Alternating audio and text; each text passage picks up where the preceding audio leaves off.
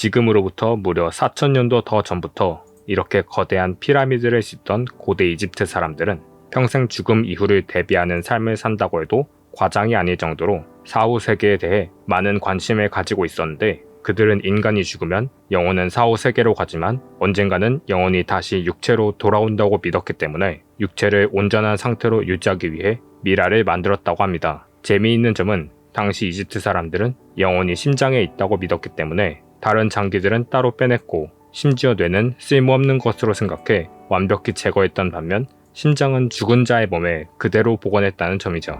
고대 그리스 시기 플라톤은 영혼이란 절대 사라지지 않고 불멸한다고 여겼고, 육체란 영혼이 잠시 머물다 가는 장소라고 생각했으며, 에피쿠로스는 영혼이 아주 작은 입자들로 이루어져 있으며 인간이 죽으면 그 영혼은 우주에 흩어진다고 믿었습니다. 이후로도 인간의 영혼에 대한 수많은 의문과 철학적인 연구가 이어졌고, 13세기 철학자 토마스 아퀴나스는 모든 숨쉬는 것에게 영혼이 있지만 오직 인간만이 불멸의 영혼을 가지고 있다고 여겼고, 근대 철학의 아버지라고 불리며 나는 생각한다, 고로 존재한다라는 말을 남겼던 프랑스의 철학자 르네 데카르트는 영혼을 인간의 육체와 분리된 다른 무언가로 여기는 심신이원론을 지지했으며, 인간을 포함한 모든 살아있는 생물에 영혼이 존재한다고 생각하는 사람들이 있었고, 그중 일부는 자연 그 자체에 영혼이 있다고까지 여기기도 했습니다. 1902년 미국에는 영혼이 육체와 분리된 존재라는 생각을 바탕으로 사람이 죽는 순간 영혼이 빠져나가며 몸에 변화가 생길 것이라고 예측하며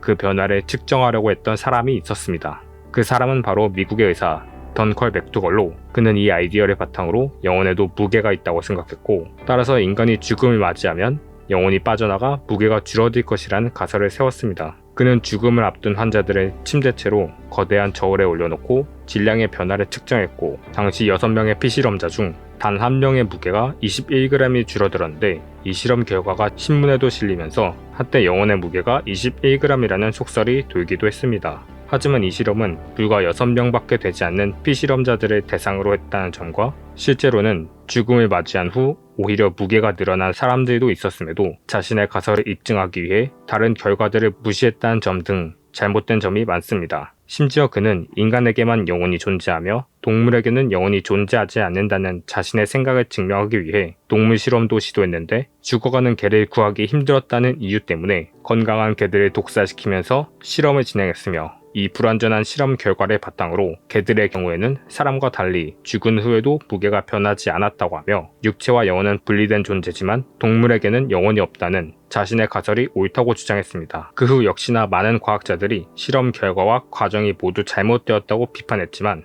그의 실험은 여러 사람들에게 영혼의 무게가 있다는 생각을, 특히 그 무게가 21g이라는 잘못된 정보를 심어주게 되었습니다. 현대로 넘어와 과학의 발달, 그 중에서도 신경과학의 발전을 통해 뇌과학자들은 인간의 뇌가 작동하는 방식에 대한 수많은 연구 성과를 내왔으며, 그 과정에서 우리가 화가 나거나 슬픈 감정을 느끼는 것이 뇌의 전기화학적 반응에 의한 것이라는 사실을 밝혀냈지만, 사실 아직도 우리는 왜 우리가 인간으로서 그런 감정들을 느끼는지에 대한 이유를 잘 알지 못합니다. 어떤 사람들은 뇌가 아주 정교한 컴퓨터와 같은 것으로 우리가 아직 다 알아내지 못한 매우 복잡한 알고리즘으로 움직이기 때문에 우리가 이를 완벽히 이해하지 못하는 이상 인간처럼 스스로 생각하는 인공지능을 만들어내지 못할 것이라고 주장합니다.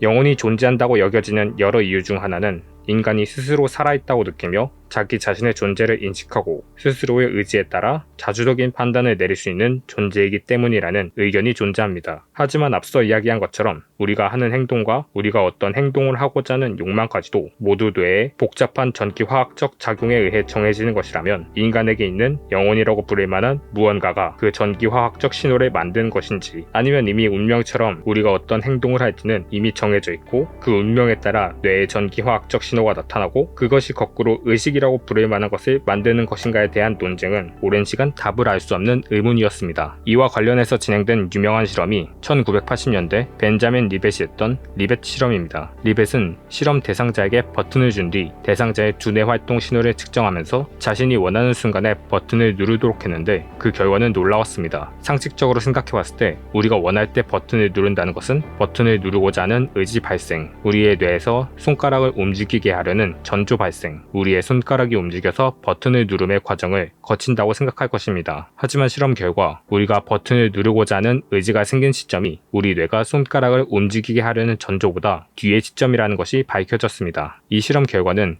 뇌의 전조 현상이 우리가 버튼을 누르고자 하는 의지보다 먼저 일어나는 것이며 우리가 어떤 행동을 하는 것이 스스로 의식을 갖고 내린 판단에 따른 것이 아니라 무의식적으로 이루어지는 것이 아닌가 하는 의문을 품게 하며 이는 곧 어쩌면 우리 인간의 의지란 존재하지 않는 것은 아닐까 하는 질문으로 이어질 수 있습니다. 이 실험의 결과는 아직도 사람이 스스로 판단을 내리고 행동하는 자유의지와 관련된 주제가 나올 때면 항상 빠지지 않고 등장할 정도로 많은 영향을 끼쳤고 일부에서는 실험의 전제나 조건들에 허술한 점이 있으므로 실험 자체가 잘못된 것이라는 의견도 존재하며 이 실험이 잘못되지 않았다고 해도 인간에게 의지가 존재하지 않는다는 뜻은 아니라는 의견도 존재합니다. 그 의견은 우리의 의지가 생겨났다는 신호보다 몸을 움직이게 하려는 전기적 신호가 먼저 발생했다고 해도 이 두 신호 모두 우리의 뇌에서 발생한 것이므로 아무런 문제가 없다는 뜻입니다. 하지만 우리의 의지와 뇌가 이렇게나 밀접한 관련이 있다는 것은 데카르트 등의 철학자들이 주장했던 것처럼 육체와 분리된 영혼이 따로 존재한다는 심신이원론은 잘못된 것이고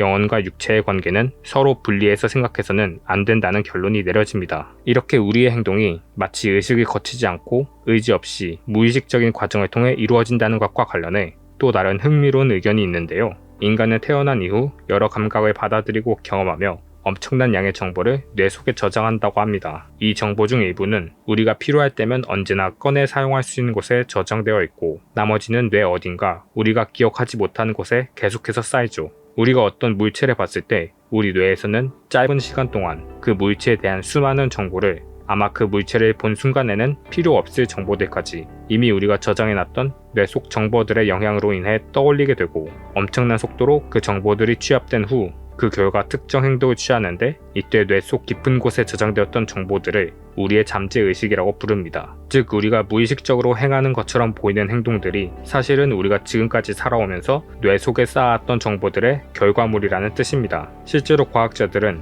태어난 지 얼마 되지 않은 아이들의 경우 그들의 뇌는 깨어있는 동안 대부분의 영역이 활성화되어 있는 반면 성인의 경우 그들의 뇌는 특정 행동에 필요한 일부 부분만이 활성화된다는 것을 알아냈습니다. 이는 사람의 행동이 어렸을 때는 좀 더 자기 자신만의 판단을 통해 이루어지지만 뇌가 성숙해지고 여러 정보들이 쌓이는 과정에서 이미 쌓여있는 거대한 데이터베이스를 기반으로 움직인다는 것을 뜻하는 것일지도 모릅니다. 어쩌면 어린 아이들을 보며 순수한 영혼을 가지고 있다는 것이 이와 관련된 이야기일지도 모르겠네요.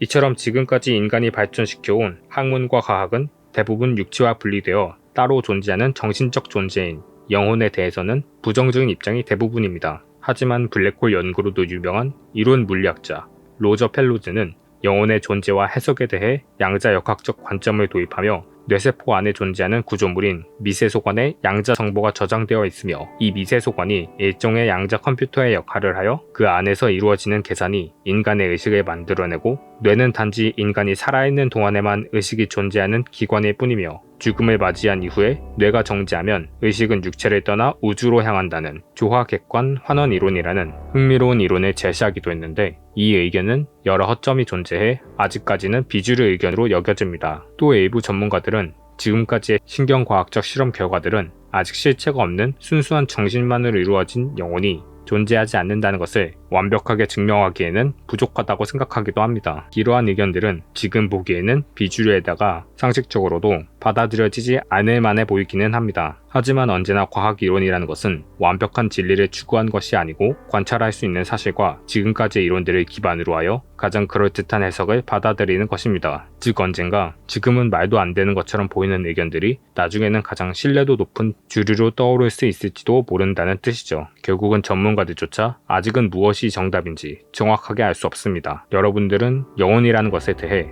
어떻게 생각하시나요? 또는 육체와 분리된 영혼, 육체와 떼어 생각할 수 없는 영혼, 불멸하기 때문에 사람이 죽음을 맞이한 이후에도 영혼이 존재하는 영혼 중 어느 것이 마음에 드시나요? 영상 시청해주셔서 감사드리고 다음에도 재미있고 유익한 영상으로 돌아오겠습니다. 그럼 안녕.